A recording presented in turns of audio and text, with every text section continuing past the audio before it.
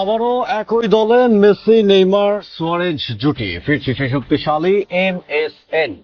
এবার ইন্টার মায়ামির ঐতিহাসিক master plan. বিশ্ব ফুটবলে ইতিহাসের সবচেয়ে বিধ্বংসী এবং অপ্রতিরোধ্য টাই অঙ্গনে আক্রমণ ভাগ এমএসএন কি আবারও একই ক্লাবের হয়ে মাঠে নামতে যাচ্ছে? ইউরোপীয় ফুটবল পরাশক্তিগুলোকে বছরের পর বছর তছনছ করে দেওয়া লিওনেল মেসি, লুইস সুয়ারেজ এবং নেইমারের সেই জাদুকরী জুটির পুনর্মিলন কি এবার ঘটতে যাচ্ছে আমেরিকার মেজর লিগ সকারে?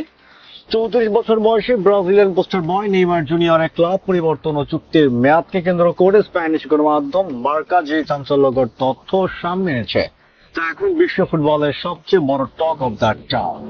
ইন্টার মায়ামির গোলাপি জার্সিতে কি সত্যি এক হতে যাচ্ছেন ফুটবল ইতিহাসের সেরা তিন বন্ধু? এটি কি শুধুই কোনো চটকদার জল্পনা, নাকি এর পেছনে লুকিয়ে আছে এক বিশাল বাণিজ্যিক ও স্ট্র্যাটেজিক মাস্টার প্ল্যান? ঘটনার গভীরে যেতে হলে আমাদের নজর দিতে হবে ইউরোপীয় সংবাদ মাধ্যম এবং নেইমারের বর্তমান চুক্তির পেছনে জটিল সমীকরণে। 34 বছর বয়সী ফরওয়ার্ডের সঙ্গে ব্রাজিল ঐতিহ্যবাহী ক্লাব সান্তোসের বর্তমান চুক্তির মেয়াদ শেষ হতে যাচ্ছে 2026 সালের 31শে ডিসেম্বর।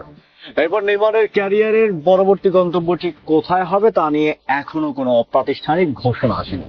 ঠিক এই সুযোগে স্প্যানিশ ক্রীড়া দৈনিক মার্কা এক প্রতিবেদনে দাবি করেছে যে সান্তোসের সঙ্গে নতুন করে চুক্তি নবায়ন না করলে 2026 সালের পরেই সম্পূর্ণ স্বাধীন বা ফ্রি এজেন্ট হয়ে যাবেন নেইমার।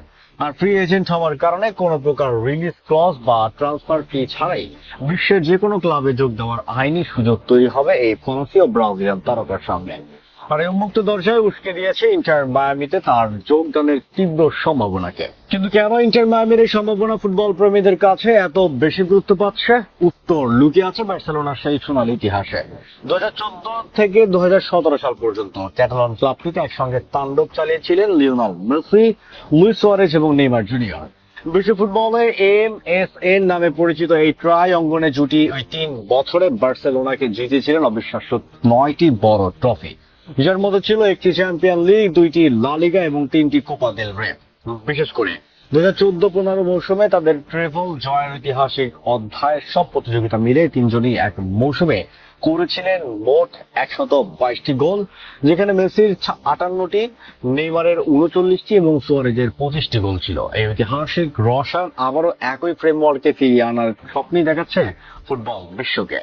স্প্যানিশ সংবাদ মাধ্যমের বিশ্লেষণ অনুযায়ী এখন পর্যন্ত ইন্টার মায়ামি কিংবা নেইমারের পক্ষ থেকে কোনো আনুষ্ঠানিক আলোচনা বা লিখিত চুক্তি স্বাক্ষর না হলেও 2027 সালকে কেন্দ্র করে নেইমারের সামনে খোলা রয়েছে একাধিক বিকল্প পথ। 1 নম্বর, সান্তোস থেকে মেয়াদী চুক্তি নবায়ন করা। 2 নম্বর, ইন্টার মায়ামি বা অন্য কোনো বিদেশি ক্লাবের নতুন অভিজ্ঞতা নেওয়া। 3 নম্বর, কিংবা পেশাদার ফুটবলকে বিদায় জানানো। তবে যদি শেষ পর্যন্ত আমেরিকান ক্লাব ইন্টার মায়ামি এই এমএসএন জুটিকে ফেরাতে সক্ষম হয়, তবে এটি কেবল মাঠের ফুটবলে পারফরমেন্সে প্রভাব ফেলবে না, বরং এমএলএসএন এর স্পন্সরশিপ, ব্রডকাস্টিং রাইটস এবং টিকিট বিক্রির ক্ষেত্রে এক অভাবনীয় বাণিজ্যিক বিপ্লব ঘটাবে। যদি আমরা নিরপেক্ষভাবে টেকনিক্যাল অ্যানালাইসিস করি, তবে দেখা যাবে এমএলএস এর কঠোর স্যালারি ক্যাপ এবং প্লেজার রেজিস্ট্রেশন আইনি বিধিমালা রয়েছে। তবে 26 সালের শেষ ভাগে নেইমার সম্পূর্ণ ফ্রি এজেন্ট হিসাবে যুক্ত হলে বাণিজ্যিকভাবে আমেরিকান ফুটবল লিগ তাকে বিশেষ ডিজাইনের প্লেয়ার হিসেবে অন্তর্ভুক্ত করতে কোনো আইনি জটিলতায় পড়বে না। অর্থাৎ জল্পনা মনে হলেও গাণিতিক ও আইনি দিক থেকে এমএসএন জুটির এই পুনর্মিলন পুরোপুরি সম্ভবপর। মেসি, সুয়ারেজ এবং নেইমারকে আবারও একই জার্সিতে খেলতে দেখার এই রোমাঞ্চকর স্বপ্ন নিয়ে আপনার মতামত কি? এমএসএন এর জুটি কি সত্যি ইন্টার মায়ামিতে এসে নতুন ইতিহাস লিখতে পারবে? কমেন্ট বক্সে আপনার মূল্যবান মতামত জানান। ভিডিওটি ভালো লাগলে ফুটবল বিশ্বের সব গরম খবরের নিরপেক্ষ অ্যানালাইসিস পেতে আমাদের সাথেই থাকুন। ধন্যবাদ।